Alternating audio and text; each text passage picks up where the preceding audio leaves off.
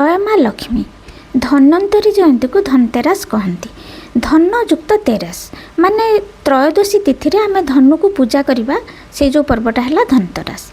समुद्र मंथन जितेबाला होता बहुत अलौकिक जिनस बाहरी शेष में धन्वंतरी अमृत कलश और आयुर्वेद धरिकी यही कार्तिक कृष्ण त्रयोदशी तिथि रे बाहरी तेणु ए दिन को आमर धन्वंतरी जयंती भाव पालन करा जाए।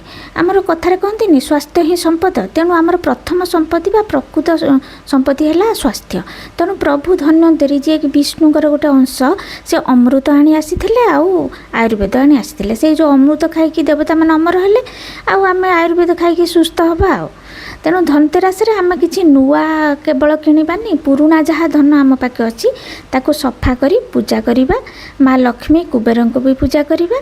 तेणु यह एक तृप्तिर पर्व, धन्यवाद देवार पर्व। निजर धन को पूजा करी आम प्रभु पाखे अहोभाग्य हवा कि प्रभु मते ये सब देइछ। जेते आम कृतज्ञ हवा सेते आमर माँ लक्ष्मी कृपा मिलिब। तेणु धनतेरस आस समस्त जीवन में स्वास्थ्य संपत्ति और कृतज्ञता भरी जाऊ बोली कामना करिबा आ समस्त को शुभ दीपावली बोली विश करिबा।